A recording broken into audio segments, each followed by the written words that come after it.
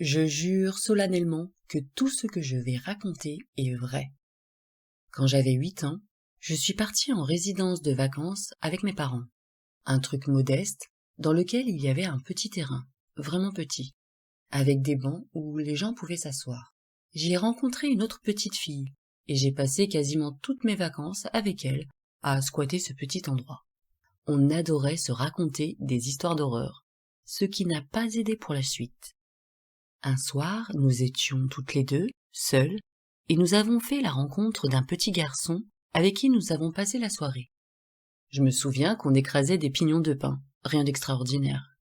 Il nous avait même montré du doigt la petite maison de la résidence où il dormait. Régulièrement, la lumière qui éclairait notre petit carré se coupait. Il fallait juste la réenclencher. Alors donc, à un moment, j'y suis allée. Sauf que là, quand la lumière fut rallumée, le petit garçon avait totalement disparu. Les 10 premières minutes, nous pensions qu'il rigolait et on le cherchait sans trop s'inquiéter. Puis, le temps s'est éternisé et le petit garçon ne réapparaissait pas. Nous avons commencé à vraiment prendre peur, surtout que la lumière continuait de se couper régulièrement. Je ne sais plus dire combien de temps nous avons passé à l'attendre. La terreur était totale, et nous sommes rentrés vite fait. Le lendemain, on a tenté d'aller voir où il était censé habiter dans la résidence, mais cette maison était totalement inoccupée. Plein de trucs bizarres se sont passés en général pendant ces vacances. J'ai même fini par me demander si tout cela avait vraiment eu lieu. Mais, quelques années plus tard, la fameuse petite fille m'a retrouvée sur Facebook.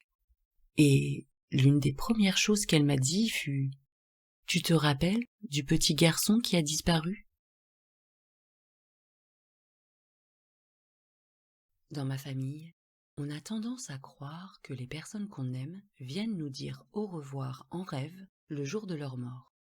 Ma mère m'a raconté que le jour où sa mère est décédée, alors qu'elle avait 20 ans, elle serait venue la voir dans son sommeil. Elle se souvient avoir perçu une grande lumière blanche. Sa mère se tenait debout, en très bonne santé, et lui souriait.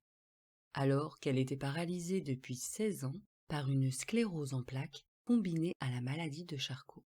Quand son meilleur ami est décédé d'un cancer fulgurant il y a quelques années, il est aussi venu lui rendre visite en rêve.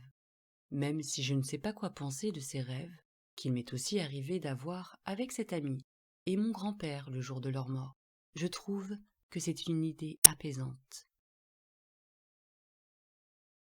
Moi, c'est Léa, et je bosse à la régie commerciale.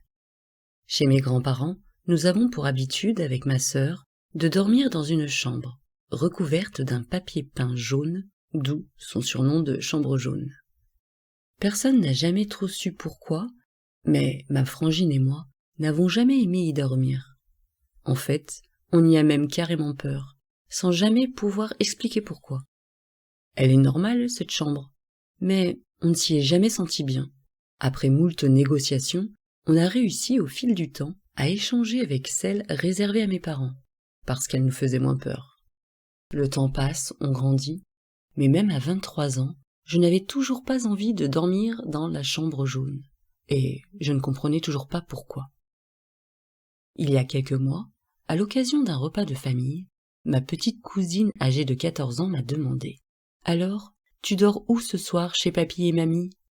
Honteuse de lui raconter que je suis une trouillarde, j'ai fui en disant que je ne savais pas.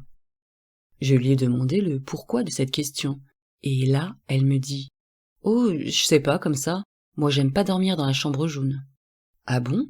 J'ai empressé le pas vers mon cousin, 22 ans, et je lui ai demandé ce qu'il pensait de la chambre jaune. Rire gêné de sa part. Je ne sais pas, j'aime pas dormir dedans. » Alors je suis allée voir mes parents, leur expliquant la situation. Ils m'ont répondu le plus naturellement du monde. « Ah, c'est peut-être parce qu'avant, un médium habitait dans la maison. Peut-être que son bureau devait être dans cette pièce. Les enfants sont plus sensibles à ce genre de choses. »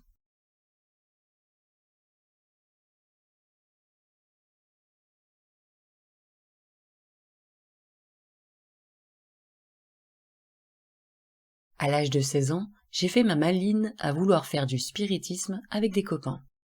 J'avais lu partout qu'il ne fallait pas rigoler avec ça, mais ces préventions ne m'ont pas fait peur. C'est comme ça que nous nous sommes retrouvés, des potes et moi, un samedi soir, autour d'une planche de Ouija à invoquer les morts. Je priais alors pour que ce soit ma grand-mère maternelle qui vienne. Et il se trouve que c'est son nom qui a été dicté par le verre sur notre table. Je me souviens lui avoir demandé si tout allait bien, si elle était heureuse là où elle était, et si elle voulait me dire quelque chose. À chaque fois, le verre se dirigeait paisiblement vers le oui.